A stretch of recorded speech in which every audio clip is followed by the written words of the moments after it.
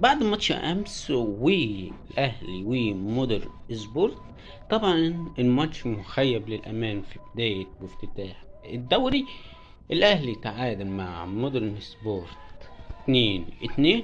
طبعا احرز الاهلي الاول عن طريق احمد رضا لاعب الزمالك من نادي الزمالك بعرضية ابننا زيزو لاعب نادي الزمالك السابق ولاعبنا وابننا الحالي. الهدف الثاني هدف التعادل عن طريق وسام حسن. راح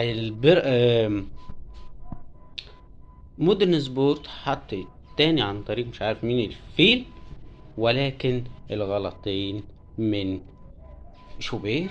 شوبير ما عملش بربع جنيه، ما لعبش بربع جنيه النهارده، ولكن ياسين مرعي جاب التعادل. طبعا الماتش انتهى 2-2 في بداية مخيبة زي ما قلت في الأول للأمان، ولكن طلعنا ماتش بزيزو وياسين مرعي.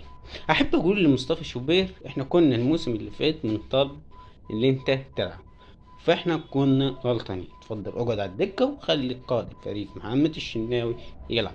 كمان تريزيجيه ما لعبش النهارده، اقعد دكة شوية وريح أعضائك شوية، وخلي ابننا بن شرقي يلعب. والله نص الملعب مش موجود.